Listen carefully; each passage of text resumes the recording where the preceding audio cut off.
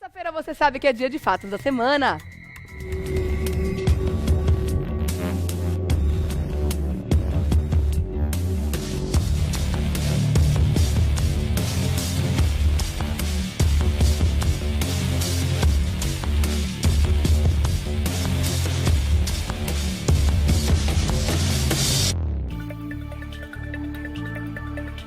A Polícia Federal deflagrou na manhã do dia 17 de março a Operação Carne Fraca. O objetivo é desarticular uma organização criminosa liderada por fiscais agropecuários, federais e empresários do agronegócio.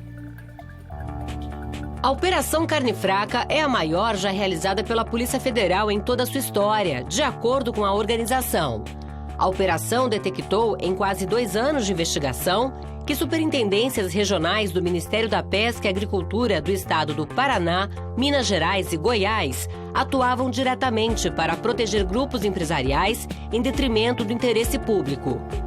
Foram descobertas irregularidades, como reembalagem de produtos vencidos, excesso de água, venda de carne imprópria para o consumo humano, entre outros problemas. Cerca de 1.100 policiais federais cumpriram mandados judiciais, prisões preventiva e temporária, condução coercitiva e busca e apreensão em residências e locais de trabalho dos investigados e também em empresas supostamente ligadas ao grupo criminoso. No Revista da Cidade, vamos saber quais serão as consequências dessa mega investigação. Só os nomes grandes aí envolvidos nessa mega operação. Doutor Eduardo Leite está com a gente hoje para falar sobre isso, meu querido. Tudo bem? Bom dia. Só tem temas para mim, assim, a pauta é sempre, parece que conspira a meu favor. Você né? sabe que quando eu estava pensando sobre os temas que a gente ia falar hoje, que são 2, inclusive, daqui a pouco a gente fala sobre reforma política também, tá? Muita gente de cabelo em pé com essa história também. Mas eu fiquei pensando, falei, quais serão os temas, né? Quais serão os temas? Porque são tantos. Não. Tá difícil escolher. Qual é o cardápio de hoje? Arroz, feijão. Não sendo carne, né? E papelão, a milanesa, Ai, né? pai. E democracia, como é que chama? Democracia refogada. Sim, nossa, total. Não, de sobremesa é uma lava-jato aí pra ver se a gente consegue resolver tudo isso. Nem me Bom, diga.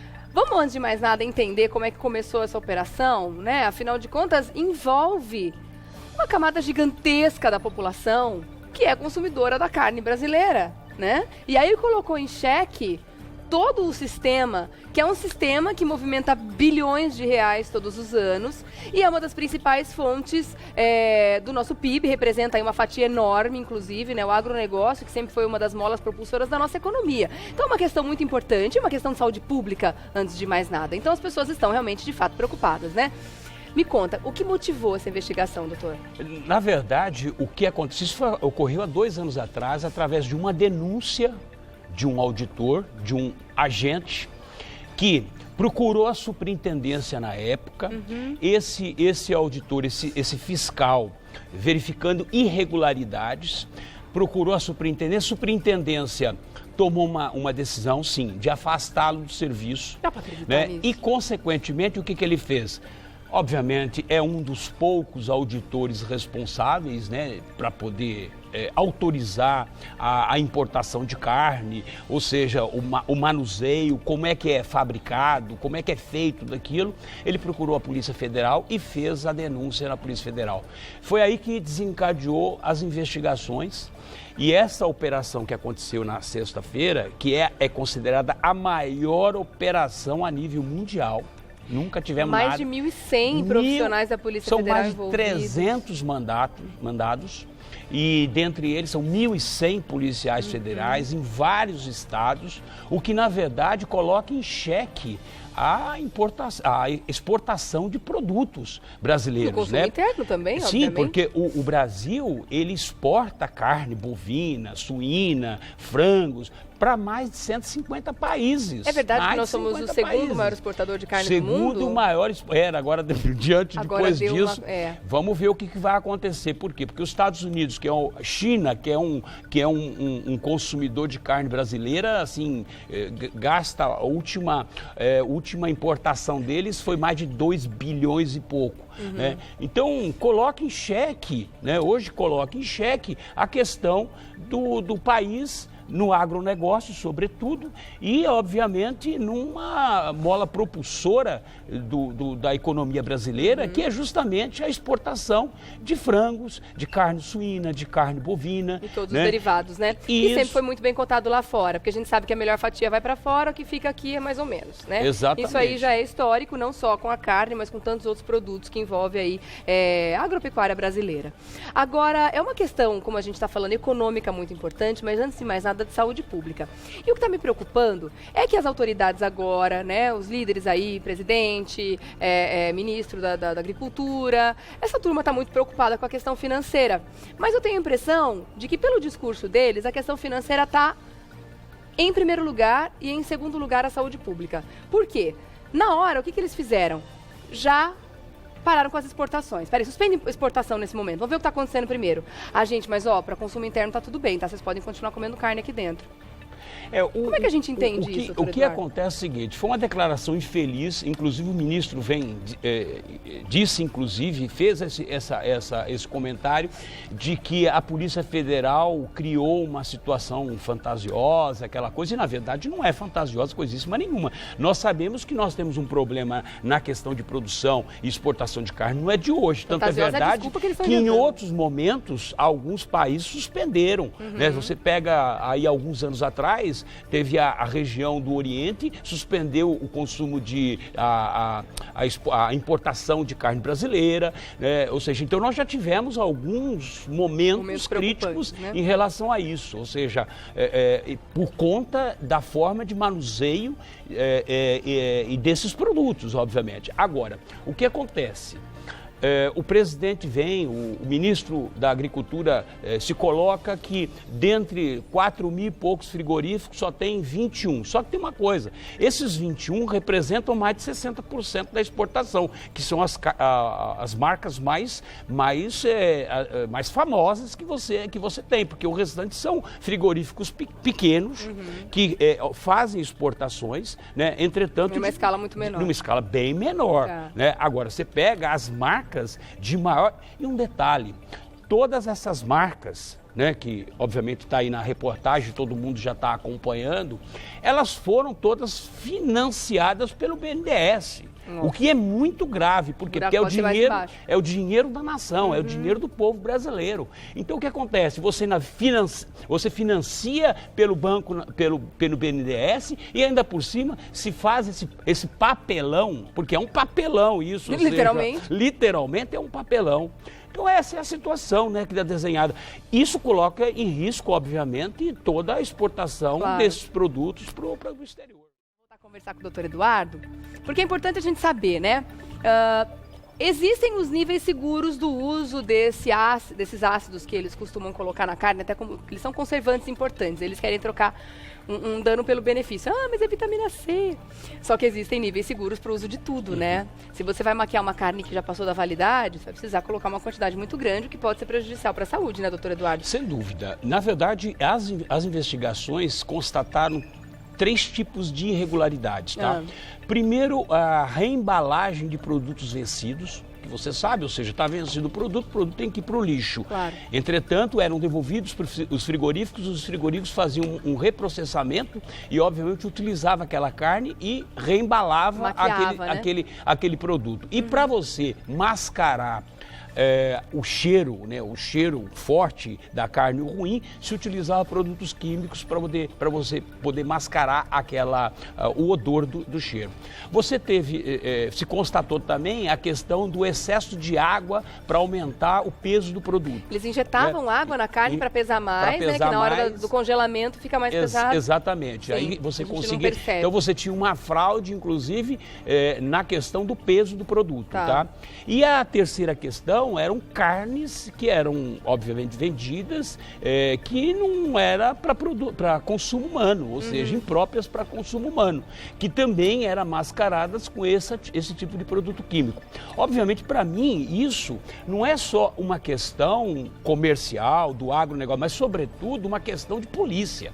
Né? Porque a partir do momento que você sabe, se você pegar um produto vencido dentro de uma prateleira do supermercado, o gerente pode ser conduzido e responder por um crime contra o consumo.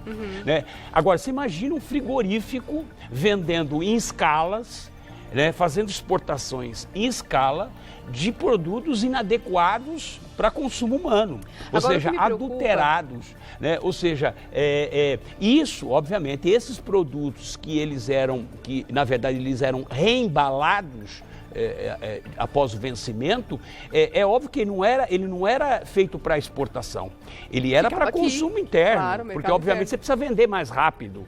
O armazenamento é mais exigente do que aqui. Muito mais, porque o armazenamento para você mandar para fora do país, nós temos que pensar que isso vai de navio, câmara frigorífica. Então, esse produto, ele era descarregado para o consumo interno, que é mais rápido, manda para o supermercado vende. E eu fico muito preocupada com o que eles estão fazendo agora, porque o governo, mais do que rápido, né, está fazendo aí uma força-tarefa justamente para tentar reverter os efeitos que essa operação teve no mercado interno e externo. As ações dessas empresas gigantes já caíram, a gente está vendo vários problemas agora nesse setor. Aí ele vem com aquele discurso, das 4.000 plantas agropecuárias que temos, sei lá o quê, só 21 estão com problema. Dos mais de 11.000 agentes do Ministério da Agricultura, temos 30 e quantas ou 40 e poucas pessoas, 30 e poucas, né?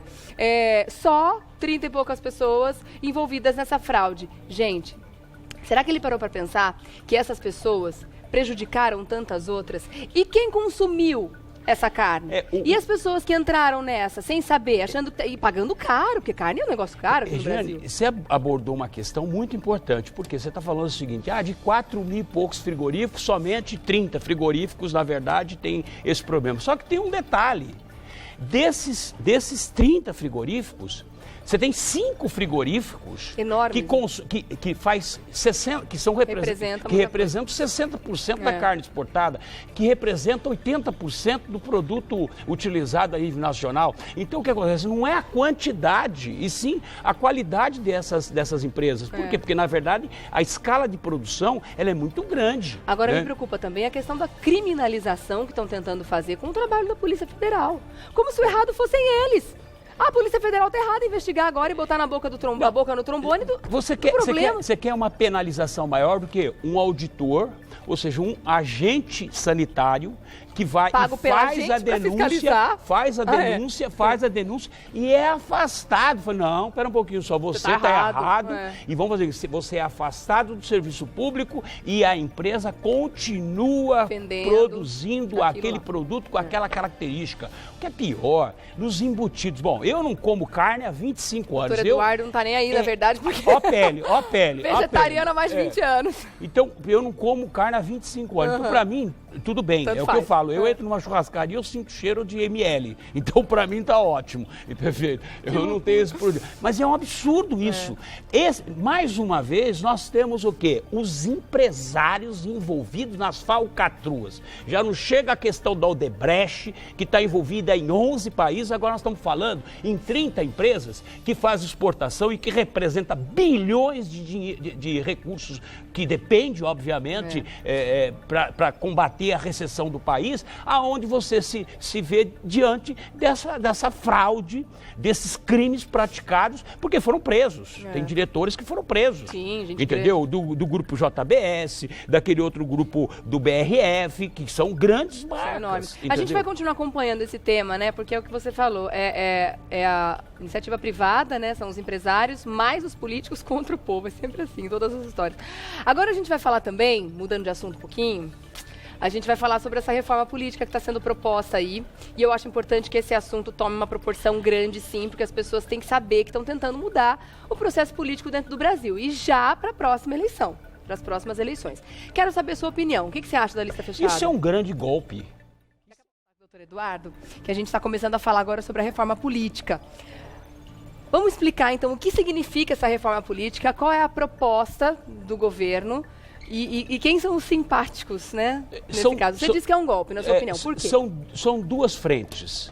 Primeiro, eles querem, como hoje não se pode mais ter a questão do financiamento privado, as empresas financiarem os políticos, as eleições, até por conta da questão da contrapartida, ou seja, exatamente isso. E também a questão do favorecimento depois dessas empresas. Então você vai ter hoje, o principal é o financiamento público de campanha. Então, esse financiamento seria feito através de recursos públicos. As empresas não poderiam mais fazer a doação, como não podem fazer a doação. Então, essa é a primeira frente. Qual é o desdobramento dessa questão, do financiamento público? É você criar uma lista fechada. O que significa a questão da lista fechada? A lista fechada, ela tem 2 desdobramentos. Primeiro, você tem a revogação do voto direto. Eu não vou mais votar naquele deputado. Eu não tenho um deputado, eu tenho uma legenda, eu tenho um partido, eu tenho uma lista. O problema é que você não tem partido, porque todos estão envolvidos em corrupção, então vai estar difícil. Então, nessa outra opção ainda você pode escolher um deputado, um senador que eventualmente não tenha sido denunciado pela Lava Jato ou por qualquer outra situação. Votar na lista fechada, votar numa lista fechada, essa lista vai ser apresentada pelo próprio partido. E quem vai ter preferência? Os caciques. Ou seja, se perpetuar no poder. Claro. Manter o foro privilegiado, entendeu? Ou seja, quem está aí, os 300 corruptos aproximadamente que estão hoje na Câmara dos Deputados, vão se perpetuar porque as pessoas vão votar naquela lista fechada. O que isso significa? Significa o seguinte, você revoga o voto direto e faz o quê? Você, na verdade, encolhe a democracia. Por isso que eu estou falando para você que é um golpe. É um golpe contra a democracia. Porque eu não vou mais votar, a não ser no presidente, a não ser no governador ou no prefeito. Mas no legislativo, nos parlamentares, esse voto passa a ser o voto em lista. E esse voto em lista, para mim, é um grande golpe. Ou seja, se eu quero me candidatar, que não é o caso, mas se eu quero me candidatar, por exemplo, eu tenho que disputar, entrar na lista. Você acha que alguém honesto vai entrar naquela lista? Não, vai entrar quem vai ter preferência. Aliás, já estão falando que a preferência é de quem hoje tem cargo, quem é deputado, quem é senador, então tem lá a preferência. O senador ainda vai ser votado, voto direto. Agora, então, vamos resumir. Então, a questão seria, na verdade, para a Câmara dos Deputados exclusivamente. Então, Assembleias. E Assembleia também. Assembleia é o Legislativo, Sim. Assembleia e Câmara. Deputado estadual e deputado federal. Senado então, é voto direto, presidente é voto direto, governadores também. E prefeito também é voto direto. E vereadores? Vereadores também não, lista. Aí também é voto em lista. Sim. Então é o seguinte, a gente votaria no partido, para dar uma resumida, né? A gente vota no partido, aí eu escolho o partido X. E o partido que for mais votado tem um número maior de cadeiras. Então, ele daí pegaria esses nomes que ele já pré-definiu, isso não vai ser definido depois. Serão os nomes pré-definidos em ordem de importância, definida também pelo partido, e que entrariam e assegurariam aquelas cadeiras dependendo do número de votos. O que acontece? Os primeiros nomes, porque você vai ter um coeficiente, X número de votos para aquele partido. Então ele vai ter tantos por cento das cadeiras. Tá. E o que na verdade prevalece? Prevalece, na verdade, é a ordem da lista. Então, o número 1, que já está lá. Então, por exemplo, você pega o número 2, número 3, ou seja, geralmente vai acontecer dos primeiros nomes, são aqueles que já existem, já tem cadeira como deputado federal, como deputado estadual e como vereador. Então, essa lista fechada, ela realmente é pior do que tá aí. Porque o que acontece? O que está aí, ainda eu tenho a condição de individualmente pesquisar sobre aquela pessoa. Exatamente. Eu vou no Google, posso pesquisar um candidato e posso falar, eu vou votar nesse candidato. Sabe o que assusta, doutor Eduardo? Eu recebi, você deve ter aqui, inclusive, a Helena deve ter passado para você na pauta que ela passou para gente. Tem a lista dos partidos, dos principais, que tem maior representação na Câmara hoje, sem falar dos partidos nanicos, né? E das listas que eles já estão aqui, ó, não é? É essa aqui Essa aqui, ó. É essa lista. E dos nomes que eles estão colocando já como possíveis deputados, se caso isso for aprovado. A gente tem aqui um número gigantesco de citados na Lava Jato. Por isso que a gente pede, pelo amor de Deus, gente, desemperra logo essas condenações, porque se essas pessoas de citado passar condenado, pelo menos elas saem da lista e entram na lei da ficha limpa. Já é alguma coisa, mas não vai dar tempo. Mas o problema é que, na verdade, como eles têm foro privilegiado, o que vai acontecer? É o STF que vai julgar, por exemplo, os deputados federais. Os deputados e senadores, quem julga e quem condena é o STF. O STF não vai ter tempo para poder condenar esse pessoal antes do tempo para poder entrar na ficha suja. A questão dos deputados estaduais, você tem, na verdade, o Superior Tribunal de Justiça, que obviamente, eles são julgados por eles. Então, também não vai ter tempo. Por isso que a ministra Carmen Lúcia é contra a questão do foro privilegiado, porque se você derruba o foro privilegiado, vai para a primeira instância.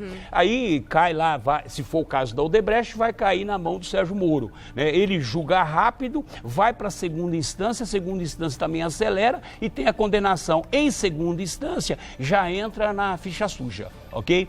E pelo STF, mas o STF não vai ter condição de julgar, mesmo porque que depende de denúncia, depende, os advogados obviamente podem arrastar esse processo, pedindo milhões de coisas, então inviabiliza e obviamente eles querem já para a próxima eleição em 2018, o que obviamente consagra os corruptos que estão no país. E eles vão aprovar isso rapidinho, porque esse é o desdobramento. O presidente da Câmara, o presidente do Senado, o presidente do STE, né, do Superior Tribunal Eleitoral, Gilmar Mendes, e o presidente Michel Temer, está todo mundo a favor disso.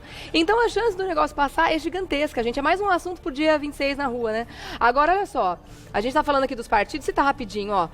Dessa lista, por exemplo, a gente vai lá, vota no partido, aí o partido que vai colocar os nomes ali, pra gente ter uma ideia de como o negócio é temerário, olha só.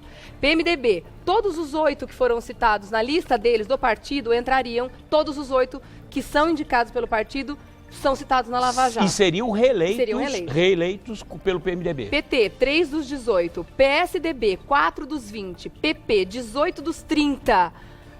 Quer dizer, a lista é enorme, né? Tem vários outros aqui. Isso aqui é fonte do Estadão, então, de repente, quem quiser pesquisar e mais a fundo pode entrar também, que eu acho super importante. E sobre essa questão, na verdade, tem outros temas que eu gostaria até que você voltasse para a gente continuar falando, que é justamente sobre quanto custam as campanhas eleitorais hoje em dia. Por que custa tanto? Por que eles têm que... Já não pode o dinheiro privado? O dinheiro do povo não vai mesmo? O povo está sendo cada vez menos tonto hoje em dia e não vai dar dinheiro para político mesmo para continuar roubando a gente? Por que eles não querem olhar para o dinheiro do governo agora? Mas tem uma solução. Tem que custar menos, Mas tem uma solução. Sabe qual é a solução para a questão das eleições, financiamento das eleições? É o voto distrital. O voto distrital, você vai votar naquela pessoa do distrito, daquela região. Então o campanha fica menor. É muito menor, muito mais barata. Então a saída é o voto distrital misto, por exemplo. Entendeu? Que você vota no seu candidato daquela região. Essa é a forma ideal para você resolver o problema das eleições. Vamos voltar a falar sobre isso? Vamos. Infelizmente a gente não tem mais tempo. É só falar, eu venho aqui e falo. Você volta logo, como sempre, né, gente? Ó, para continuar falando com o Dr. Eduardo, facebook.com/Eduardo César Leite. Eduardo César Leite lá no Facebook, meu querido, obrigada. Eu que agradeço.